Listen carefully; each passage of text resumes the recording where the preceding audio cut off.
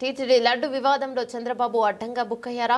YCP చెబుతున్నట్లు అది దావేషన్ politics లో భాగమేనా? అందుకే హిందువుల మనోభావాలను తెరపైకి తెచ్చారా అంటే అవునని సమాధానం వస్తోంది.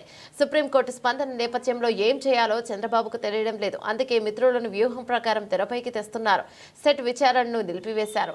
అదే సమయంలో డిప్యూటీ సీఎం పవన్, బీజేపీ రాష్ట్ర అధ్యక్షురాలు పురంధరేశ్వరిని తెరపైకి తెచ్చారు. వారితో సరికొత్తగా మాట్లాడిస్తున్నారు. అబ్బబ్బే, చంద్రబాబు ఈ విషయంలో ఎటువంటి తప్పు చేయలేదని వారిద్దరూ క్లీన్ స్వీట్ ఇవ్వడం విశేషం. ఇదంతా ఒక వ్యూహం ప్రకారం జరుగుతోందని వైసీపీ అనుమానిస్తోంది.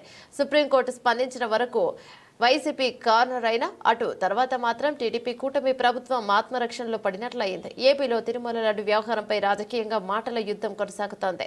తాజాగా లడ్డు కల్తీ వ్యవహారాన్ని తెరపైకి తెచ్చిన సీఎం చంద్రబాబుపై సుప్రీంకోర్టు చేసిన వ్యాఖ్యలపై మిశ్రమ స్పందన వస్తోంది. ఈ నేపథ్యంలో AP BJP chief Daggubati Purandeswari దీనిపై స్పందించారు.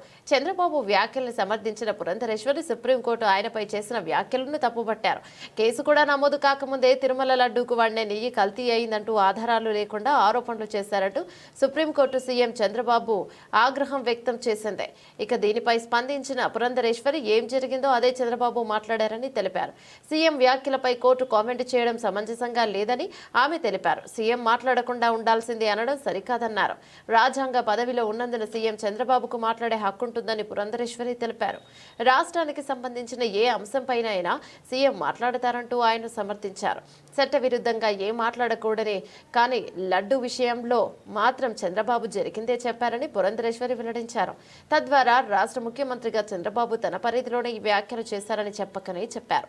ఇక మరోవైపు పురంధరేశ్వరి వ్యాఖ్యలపై వైసీపీ స్పందించింది. చంద్రబాబును వెనకేసుకొస్తూ సుప్రీంకోర్టు వ్యాఖ్యల్ని తప్పుపట్టిన పురంధరేశ్వరి తీరుపై వైసీపీ మాజీ మంత్రి గుడివాడ అమర్నాథ్ ట్వీట్ చేశారు.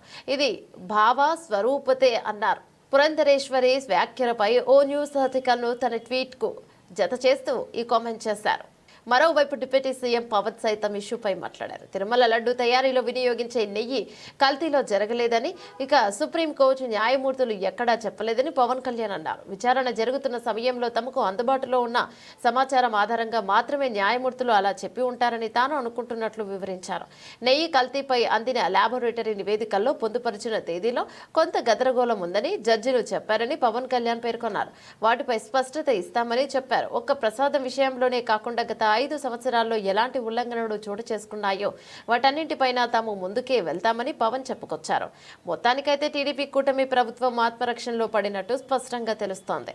అయితే ఇప్పటి వరకు సిట్ విచారణ కొనసాగుతుండగా ఉన్నపలంగా దాన్ని నిలిపివేయడంపై అనుమానాలు పెరుగుతున్నాయి. ఒకేసారి ఈ పరిణామాలు చోటు చేసుకోవడంతో ఒక్కసారిగా టీడీపీ కూటమి శ్రేణులు డీలా పడడం విశేషం.